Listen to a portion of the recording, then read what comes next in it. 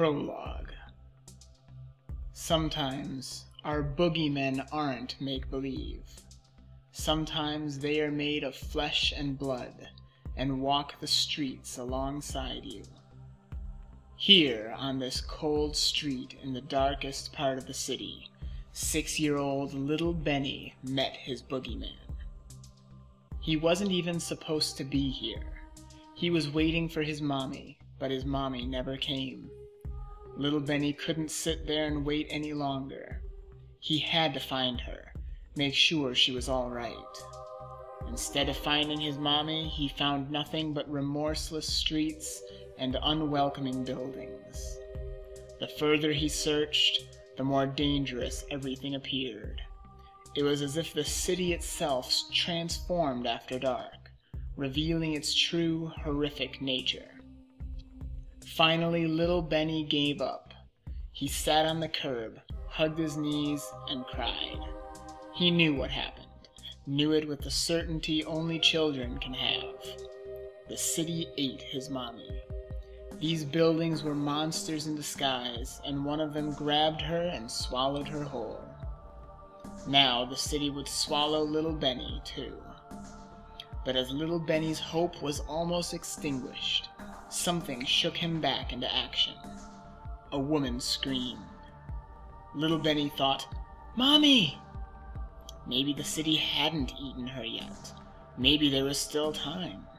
The monster pretending to be a building could have her in its grips now, but there was still time to save her. He jumped to his feet and rushed in the direction of the sound. Little Benny ran down a labyrinth of back alleys and paths. He paid no attention to where he was going. He wouldn't be able to navigate back, but that didn't matter. All that mattered was he found his mommy and saved her from the monster. There was struggle ahead, muffled sounds and erratic footsteps. Little Benny ran faster and faster until his little legs couldn't run anymore. He was close, he knew it. Little Benny turned a corner and saw the source of the scream. A monster pinned a woman against the wall. He couldn't see the monster. All little Benny saw was a huge, dark shape holding her in place. The woman struggled.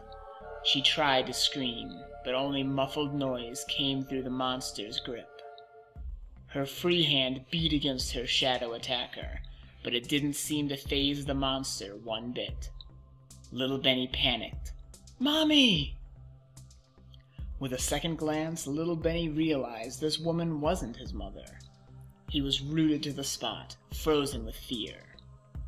A knife appeared in the monster's hand. The blade glistened in the dim light from a distant street lamp. Little Benny's eyes widened. The monster thrust the knife forward. The woman's eyes bulged with pain.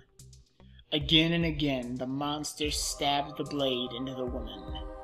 Tears streaked down her cheeks as her resistance slowed.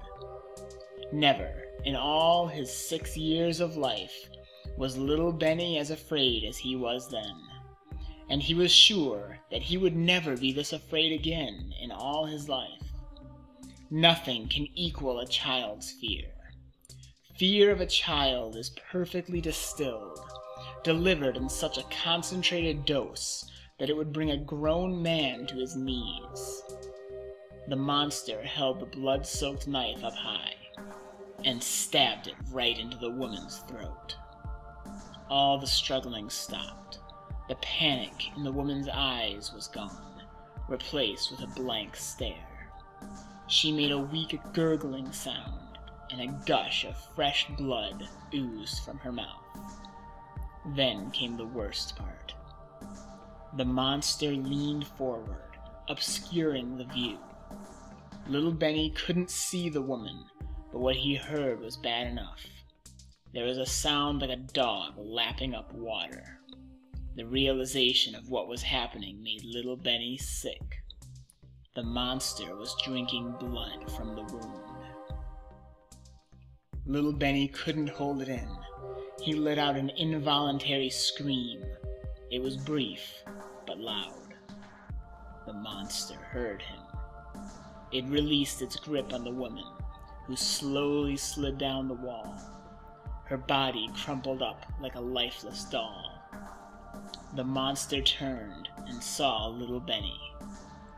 Little Benny was petrified with terror. He couldn't move, couldn't think, couldn't even breathe. All he could do was watch in horror as this shadowy monster stepped closer and closer. The monster stopped a few feet away, towering over little Benny. There was just enough light to see its chin smeared with blood. Little Benny knew he was about to die. The monster would eat him alive, and he would be too scared to scream on the way down. The next day, little Benny remembered getting lost and searching for his mommy. He remembered being found unconscious by the police. He remembered how panicked his mother was when she picked him up. But little Benny didn't remember the monster or the woman whose blood it drank. That entire memory was wiped clean as if it had never happened. That was the first time little Benny blacked out, but it wouldn't be the last.